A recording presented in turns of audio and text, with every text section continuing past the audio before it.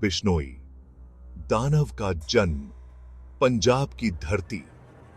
यह वही धरती है जहां अनगिनत कहानियां जन्म लेती हैं, कुछ प्रेरणादायक तो कुछ भयावह। यहां एक दानव ने जन्म लिया, नाम लॉरेंस बिश्नोई। एक साधारण परिवार में जन्मा, लेकिन उसकी किस्मत में कुछ और ही लिखा था। बचपन से ही उसमें एक अलग ही विद्रोही स्वभाव था। आज उसका नाम सुनते ही लोग डर जाते हैं। उसकी छवि ने लोगों के दिलों में एक गहरा डर बैठा दिया है। वो एक बहुत बड़ा गैंगस्टर है। उसकी गतिविधियों ने उसे अपराध की दुनिया में एक खतरनाक नाम बना दिया है। जेल में बंद है, फिर भी उसका डर सबको लगता है।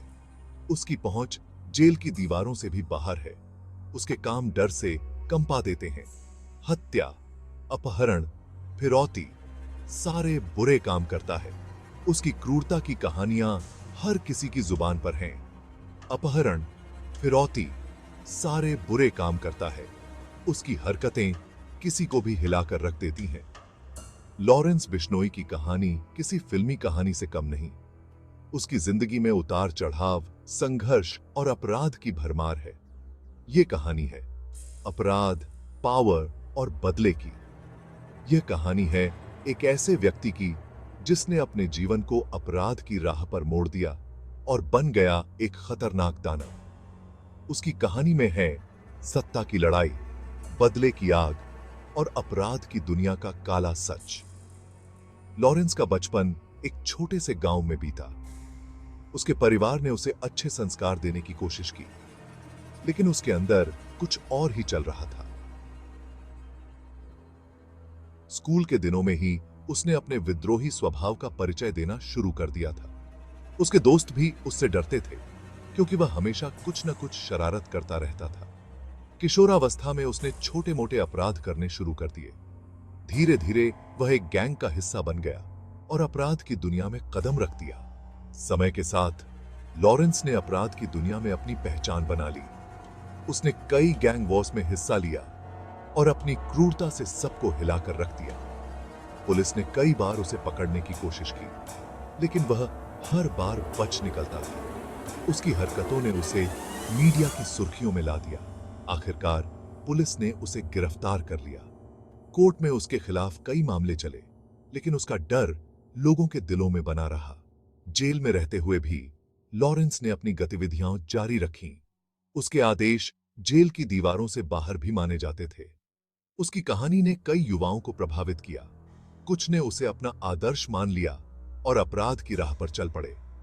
लॉरेंस बिश्नोई की कहानी हमें यह सिखाती है कि अपराध का रास्ता कभी भी सही नहीं होता। उसकी जिंदगी ने समाज पर गहरा प्रभाव डाला है और हमें सोचने पर मजबूर कर दिया है कि आखिर ऐसा क्यों हुआ। पंजाब की धरती ने एक दानव को जन्म दिया, लेकिन यह कहानी यहीं खत्म नहीं होती। यह हमें एक मौका देती है सोचने का, समझने का और एक बेहतर भविष्य की ओर बढ़ने का। क्या यह दानव का अंत है या एक नई शुरुआत? यह तो समय ही बताएगा। लॉरेंस बिश्नोई का बचपन पंजाब के एक गांव में बीता। परिवार सिंपल था। पिता किसान, मां घर संभालती थी। लेकिन लॉरेंस का मन पढ़ाई में कम, गुंडागर्दी में ज्यादा लगता था। छोटी उम्र में ही वो गलत लोगों के साथ उठने बैठने लगा। यहीं से शुरू हुआ उसका अपराध का सफर। कॉलेज पहुंचते पहुंचते लॉरेंस बिश्नोई का डर सबको लगने लगा था। कॉलेज पॉलिटिक्स में उसका बहुत दबदबा था। इसी दौरान उसने अपना गैंग बनाया। देखते ही देखते वो छोटे मोटे गुंडे से बड़ा गैंगस्टर बन गया। उसके गैंग में नौजवान लड़के भरे हुए थे। सब पर लॉरेंस का डर छाया रहता था। सेक्शन 4, खौफ का साम्राज्य। यह कहानी है एक ऐसे गैंग की जिसने पूरे उत्तर भारत में खौफ का साम्राज्य खड़ा कर दिया। लॉरेंस बिश्नोई का गैंग बहुत तेजी से आगे बढ़ा। यह गैंग न केवल अपने क्रूरता के लिए जाना जाता था, बल्कि इसकी योजनाएं भी बेहद सटीक और खतरनाक होती थीं। पंजाब से लेकर हरियाणा, राजस्थान और दिल्ली तक उसका राज चलता था। इन राज्यों में लॉरेंस बिश्नोई का नाम सुनते ही लोग कांप उठते थे। उसके गैंग का नेटवर्क इतना मजबूत था कि पुलिस भी कई बार असहाय महसूस करती थी। उसके गैंग में अब शार्प शूटर्स, हथियार लाने ले जाने वाले सब तरह के लोग शामिल थे। ये लोग न केवल अपने काम में माहिर थे, बल्कि लॉरेंस के प्रति उनकी वफादारी भी अटूट थी। गैंग के सदस्य हर समय तैयार रहते थे, चाहे वह किसी को धमकाना हो या किसी को खत्म करना। लॉरेंस का नाम ही काफी था लोगों को डराने के लिए। उसकी एक झलक ही लोगों के दिलों में खौफ भर देती थी। लोग उसके नाम से ही कांप उठते थे और उसकी क्रूरता की कहानियां हर जगह फैली हुई थीं। फिरौती, मर्डर, किडनैपिंग, उसके गैंग का कोई मुकाबला नहीं था। ये लोग इतने संगठित थे कि किसी भी अपराध को अंजाम देने में उन्हें ज्यादा समय नहीं लगता था। फिरौती के लिए अपहरण करना, हत्या करना और लोगों को धमकाना उनके लिए आम बात थी। पुलिस और प्रशासन के लिए यह गैंग एक बड़ी चुनौती बन चुका था। लॉरेंस बिश्नोई और उसके गैंग ने पूरे उत्तर भारत में आतंक का माहौल बना दिया था और लोग हर समय डर के साए में जीने को मजबूर थे। तो